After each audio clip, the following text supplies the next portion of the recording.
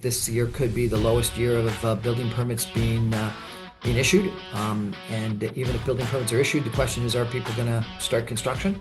This episode is brought to you by Shrubs.me. So what's going on with you right now as far as the company that you're working for? What sort of market I guess influences are you seeing right now? Well, the condo market is in an ice age right now. It's close to dead. Pre-construction condos are at last year and this year the highest deliveries really in history.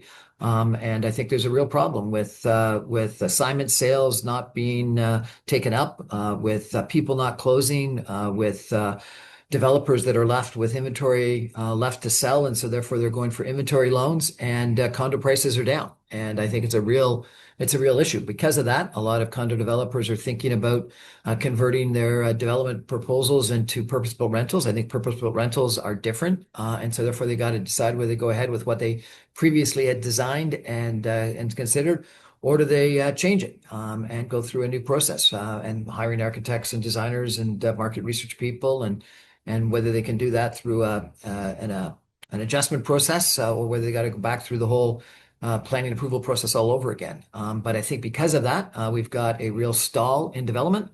I think this year could be the lowest year of building permits being issued. And even if building permits are issued, the question is, are people going to start construction? I think that people that are finishing up buildings, and you see some of the towers still around the city, are going to finish the towers because they got to, because the last thing you want is a tower half done or three-quarters of the way done.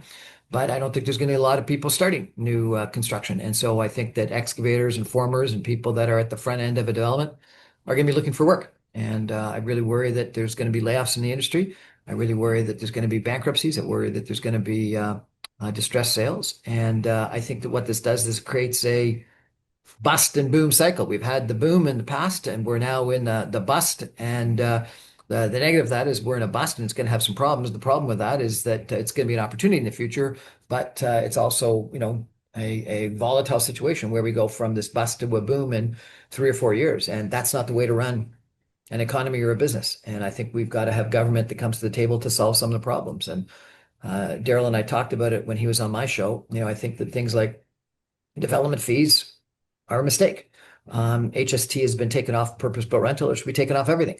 I think time to get approvals should be reduced. I think these MTSA, major transit station area designations should be implemented right away. I think that the whole areas in an MTSA should be zoned mixed use. And I think that you should get dramatic increases in density, because the only way that our city is going to work is if we expand the housing, and it's got to be affordable. And so we got to reduce construction costs. And the only way to reduce construction costs, because costs are what they are, labor is what it is by taking some of these taxes that are incredible. There's 1,000% increase in development fees over the course of the last 15 years in Toronto. 1,000%. There's a town north of Toronto that hasn't got the memo and increased development fees by over 30% this year, which is crazy. A 30% increase when you've got no development taking place doesn't earn you any money. No. Vaughan, Mississauga have reduced development fees, but they frankly should go to zero. And if it's not zero, it should be really, really low. And I don't know why Toronto hasn't followed suit. So I think that government is facing what could be a devastating situation in the housing development business. I think that that's bad long term for the economy. That's devastating for a whole bunch of people. And I think that if they don't take action soon, it's going to be a real problem.